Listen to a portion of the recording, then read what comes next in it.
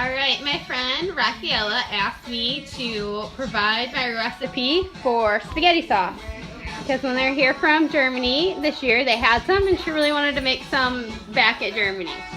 So at first you need to start with tomatoes. These ones came from my garden, but you can get them anywhere. I prefer fresh, fine ripened, which is easy to do this time of year. Second, you need a big old pot of boiling water, and that's what I've got here. And then the last step you need to get all set up is a nice big sink full of cool water. Now we want to take this perfectly round, smooth tomato, and we're going to blanch it in the boiling water. And what that means is we're going to put it in this boiling water until you see a tear in the skin and the skin starts to peel back. When it gets to that point, we're going to fish it back out and put it in the cold water in the sink. Okay, I have put all the tomatoes into the boiling water until they've gotten a split on them. And so what that means is you'll start to see the skin will split and peel back. And when that's done, when that happens, it means the tomatoes are blanched. And then you just carry them over however you want to get them. I use a spoon, one tomato at a time, and put it in my sink full of cold water. And once that's done and they're split and you can handle them, the skin will peel right off, leaving you with a peeled tomato. So you need to go through and do that for all your tomatoes. And you'll also want to go ahead and run a knife around the core and take that out and any bad spots that might be on the tomato. We get that all done, we're going to put it over back in our pot that we will empty the boiling water out of and wash off, and then we'll put the done peeled tomatoes back in the pot and get ready to make our sauce. Alright, I have all the tomatoes peeled and they're in this pan that I washed and cleaned after I blanched in it. And here are all the skins and cores. You'd be surprised how much you actually get to use of the tomato using this method. The next step is the funnest step, and that's literally just start squishing the tomatoes. We just need to get them to start to break down. And then we're going to put them on the stove and let them start bubbling away while we get the seasonings prepped and we get the garlic and all that good stuff ready to go in the pot.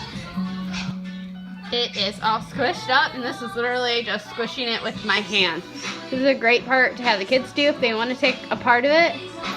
And I'm just heating it up on the stove. The one critical thing is you don't really want to add anything into this quite yet, especially if you want a little sugar in it. I don't normally add sugar to mine, but some recipes do. Don't add it until you're happy with the consistency and it's completely heated and got to a boil, because you'll scorch it and you'll have burnt flecks and can potentially have a burnt flavor in your sauce. Alright, I'm going to break down this whole head of garlic. My family loves garlic, and so I'm going to use the whole head. If your family's not a big garlic fan, just go ahead and add as much as you like. I use fresh. I think it tastes better. It definitely tastes stronger. So we prefer it, but if you have powdered garlic, dried garlic, garlic salt, any of those things you can use. Be careful with the salt. It does add salt to it, which you need, but you don't want to over salt it. So if you've never broken down a head of garlic, you literally just smash it and break the different cloves apart.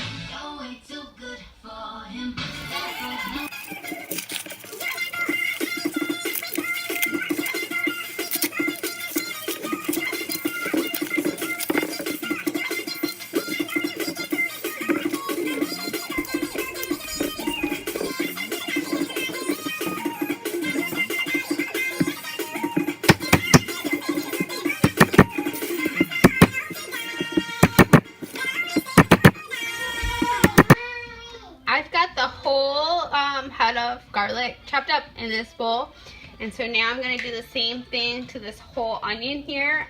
We love onion just like we love garlic, so I'm going to go ahead and cut up this whole big onion and put that in our sauce, but it just depends on what you like. If you like onion, add that. If you don't, you know, add half or a quarter, whatever your family likes. But this is what we like, so this is what we're doing. Alright, the next thing I have in my yard is oregano. I have a huge oregano plant in our backyard, and so I'm going to add fresh oregano. If you don't have oregano growing in your backyard, or don't want to get fresh, or whatever it is, fresh herbs when I don't have them in the summer are really hard for me to get. I have to go to Adrian and get them, and by the time I'm ready to use them, they're usually bad and I don't have them. So I use dry when I don't have it. It's just easier that way.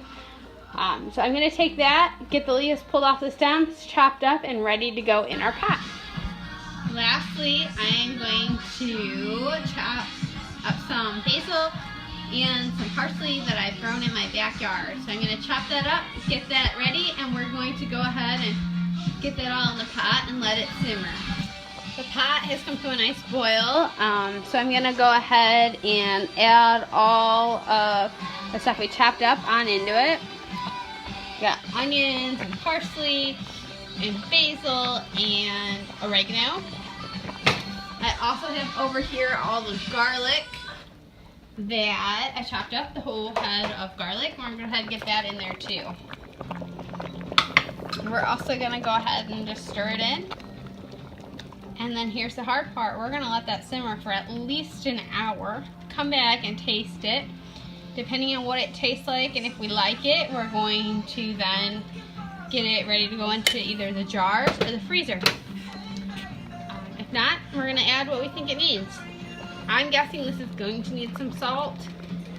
I do add salt to mine. I don't add as much salt as the jarred ones at the store are, but it does need a little salt to help it preserve. And it needs a little salt just to give it flavor. If you have noticed, or any of you guys are following the 20-Day Fix or any of those other programs, I have not added anything into this pot that does not go into the vegetable container. It's all veggies. I don't add sugar. I don't add anything else. So if you make this sauce and you prepare it and this is what you use as your spaghetti sauce, a serving of this could count as one of your vegetable containers. If you put that on your zoodles, which is my favorite way to have it, you've got 2 of your vegetable containers done in one sitting, and you think you just had a huge bowl of pasta. It's pretty awesome. Alright, we have the sauce all done. It's cooked. It's good. The kids had it for dinner. They liked it. And I've got a huge pot of water boiling. This is what we're going to need to can it. And then over here, I've got my jars. They're clean, dry, empty. I've got my rings, and I've got my lids. And we're going to go ahead and put our lids in our jars into the boiling water. And then I'm going to let Jason take it over from here to show how I put the spaghetti sauce in the jars and seal them so they last all winter. So I've got the jars nice and hot from being in the boiling water. And then I'm going to add some spaghetti sauce into the jar. Normally we use a funnel, but we can't find it. So we're just going to try not to be sloppy.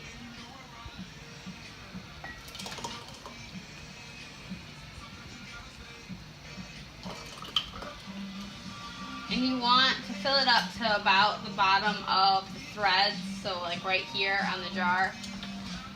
And that's the perfect amount to get it to seal properly. Then you need to take a clean towel and wipe off the edge to make sure you don't have any spaghetti sauce on the edge. That will stop it from sealing. Then we're going to fish out our lid. Put it on. And we've got our ring. We're going to put that on.